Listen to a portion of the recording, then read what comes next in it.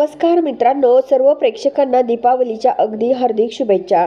माऊली मराठी ह्या चॅनलमध्ये तुमचे अगदी मनपूर्वक स्वागत आहे।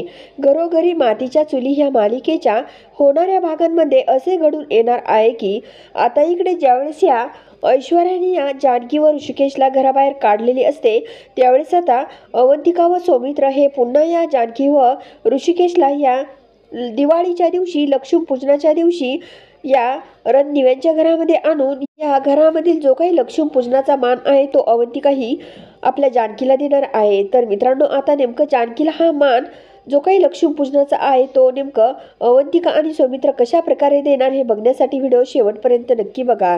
तर मित्रांनो, इकडे ज्यावेळेस या सुमित्राने या अवंतिकाला आणि सौमित्राला या जानकी व ऋषिकेशची बेडरूम दिलेली असते, त्यावेळेस आता इकडे ह्या ऐश्वर्याचा खूप जळफळाट झालेला असतो। ऐश्वर्या ही सारंगला रूममध्ये खूप काही कान भरण्याचं काम करत असते। ऐश्वर्या ही सारंगला बोलते की अरे, तू जर स्वतःच्या आईला मला ती बेडरूम पाहिजे म्हणजे पाहिजे असं जर बोलला असता तर काय बिघडलं असतं असे, पण आता इकडे ही ऐश्वर्या या आपल्या बिचाऱ्या सारंगला म्हणत असते, तरी पण सारंग आता या ऐश्वर्याचं ऐकायला तयारच नसतो। त्याच वेळेस आता इकडे हा सारंग बोलतो की अगं सौमित्र, काही जरी झालं तरी माझा एक मोठा भाऊ आहे आणि मला सांग, मोठ्या भावाला असं प्रत्युत्तर करता येतं का?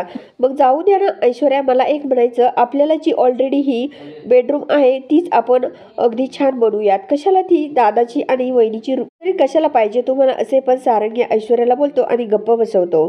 इकडे आता इकडे ह्या जानकीने सौमित्र व अवंतिकाला जे काही घरामध्ये राहण्यासाठी सांगितलेलं असतं, या दोघांनाही आता ह्या ऐश्वर्याचा खरा चेहरा या सुमित्रासमोर दाखवायचा असतो। आणि जेव्हा आता ऐश्वर्यासमोर हा चेहरा दाखवायचा असतो ना, त्यावेळेस आता अवंतिका व सौमित्र खूप मोठा प्लॅनिंग करत असतात। काही जरी झालं तरी पण लवकरात लवकर आपण ह्या ऐश्वर्याचा चेहरा सर्वांसमोर आणायचा आणि तोपर्यंत मुंबईला जायचं नाहीये असं पण आता ह्या सौमित्राने या अवंतिकाला सांगितलेलं असतं। आणि अवंतिका सुद्धा अखेर या सौमित्रेचं म्हणणं ऐकण्यास तयार झालेली असते। काही जरी झालं तरी पण आपण आता ह्या ऐश्वर्याचा जो काही खरा चेहरा आहे तो आईसमोर जर आणून दाखवला तर जानकी व ऋषिकेशला पुन्हा घरामध्ये येण्यास वेळ लागणार नाही, त्यामुळे आपण हे करायचे म्हणजे करायचेच असं आता अवंतिका आणि सौमित्र आपल्या मनोमनी पक्क ठरवतात।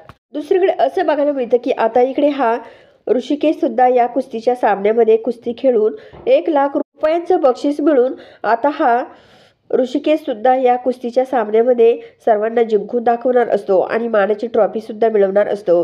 कारण ह्या ऐश्वर्याला जेव्हा सगुणाने सांगितलेलं असतं की मला एक म्हणायचं की आता ऋषिकेश दादा हे कुस्तीमध्ये उतरणार आहे आणि मला आता जेवढं काही माहीत होतंय ते मी तुम्हाला सांगते असे पण सगुणा या ऐश्वर्याला बोलते। आणि या सगुणाला सुद्धा या ऐश्वर्याने घरामध्ये जेवढे काही रिपोर्ट होतात ते मला कळव असं सांगितलेलं असतं, त्यामुळे सगुणाने या ऐश्वर्याच्या कानावर हे सत्य घातलेलं असतं। आता ही ऐश्वर्या तर आता इकडे ह्या ऋषिकेशला ज्या कुस्तीच्या सामन्यामध्ये उतरायचं असतं त्या कुस्तीच्या सामन्यामध्ये एका पैलवानाला या ऐश्वर्याने पाठवलेलं असतं, तरी सुद्धा आता ही ऐश्वर्या जेव्हा हा कुस्तीचा सामना बघायला येते तेव्हा मात्र ऋषिकेशची जीत होऊन ह्या पैलवानाची हार झालेली असते। आणि हे सर्व बघून जानकीला खूप आनंद झालेला असतो, परंतु ऐश्वर्याला तिथून खाली मान घालून इकडे पुन्हा आपल्या घरी यावं लागतं।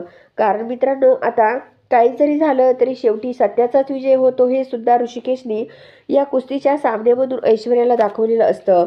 पुढे असं बघायला मिळतं की इकडे घरामध्ये दीपावलीचा सण अगदी तोंडावर आलेला असतो आणि ह्या दीपावलीच्या सणाच्या दिवशी काही जरी झालं तरी आपल्या घरामधील जो काही लक्ष्मीचा मान आहे तो आपल्या जानकी वहिनींनाच मिळावा असं या अवंतिकाचं आणि सौमित्राचं निर्णय झालेला असतो। त्यानंतर आता इकडे ही अवंतिका या सुमित्राजवळ येते आणि सुमित्राला बोलते की आई, मला तुमच्याशी काहीतरी बोलायचं आहे।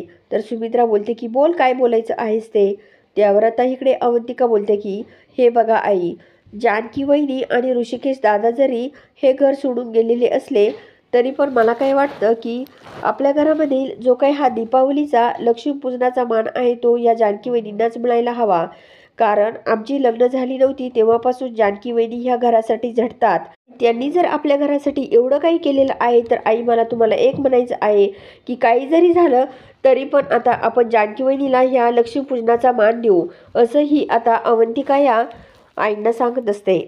त्यानंतर आता सुमित्राही बोलते की अवंतिका, तू जे काही बोलते ते सुद्धा मला अगदी पटतंय।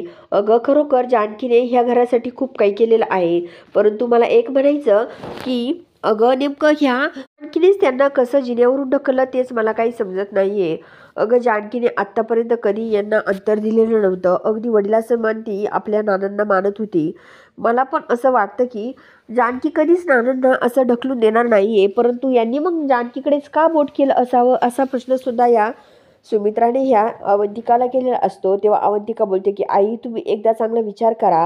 अहो नानासुद्धा काहीतरी प्रेशर खाली असतील म्हणून त्यांनी त्या जानकी वहिनीकडे बोट केलं असेल, परंतु आपल्याला तर माहीत आहे ना जानकी वहिनी कशा आहेत. जानकी वहिनी तशा नाहीच आहे.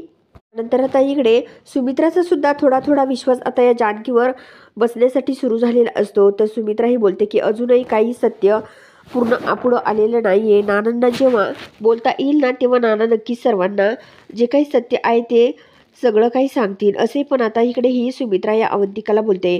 दुसरीकडे असं बघायला मिळतं की आता इकडे ही आजी आणि ही ऐश्वर्या दोघी घराबाहेर आलेल्या असतात. कारण ही आजी या ऐश्वर्याला बोलते की अगं तू थोडंसं समजून का घेत नाही.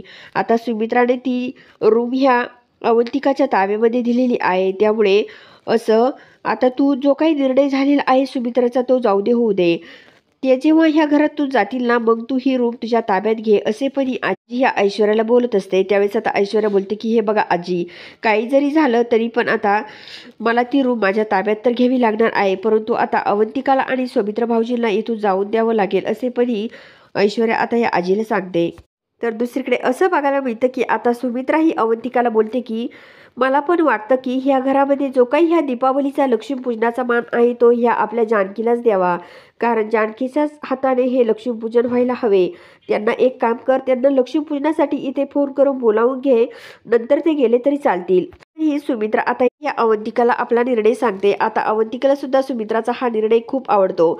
अवंतिका इकडे सुमित्रावर खूप खुश होऊन बोलते की बरं झालं आई तुम्ही हा निर्णय घेतला, मला सुद्धा हा निर्णय तुमचा खूप आवडला.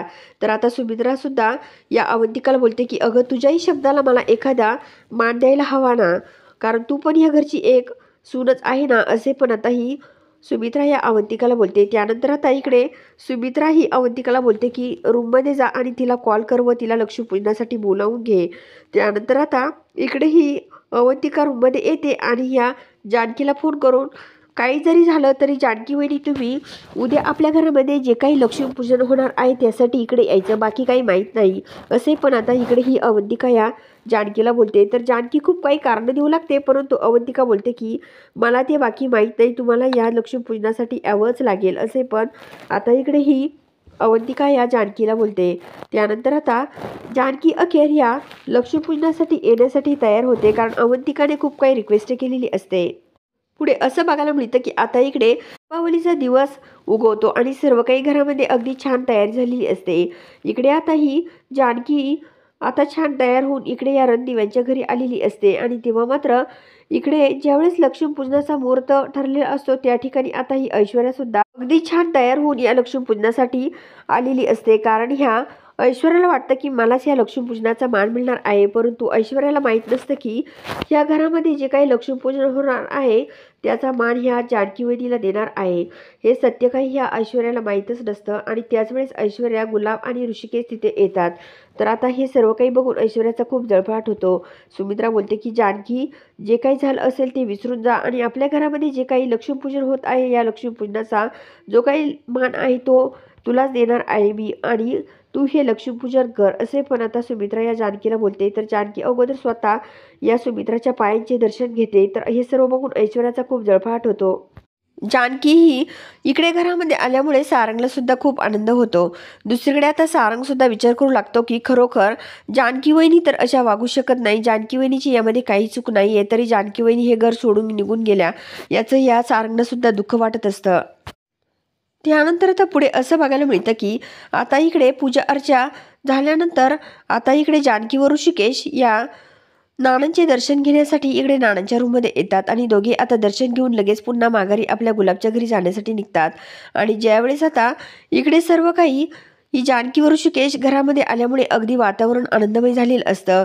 परंतु आता हे सर्व बघून या ऐश्वर्याचा खूप जळफळाट होत असतो. आणि इकडे आता ही जानकी या घरामध्ये आल्यामुळे अगदी लक्ष्मीपूजन मस्त असं होत असतं. आणि हे सर्व बघून आता इकडे या सौमित्र व अवंतिकाला तर खूप आनंद होत असतो, परंतु इकडे आजी आणि ही ऐश्वर्या यांचा खूप जळफाट होत असतो. गुलाबसुद्धा छान तयार होऊन तिथे आलेला असतो.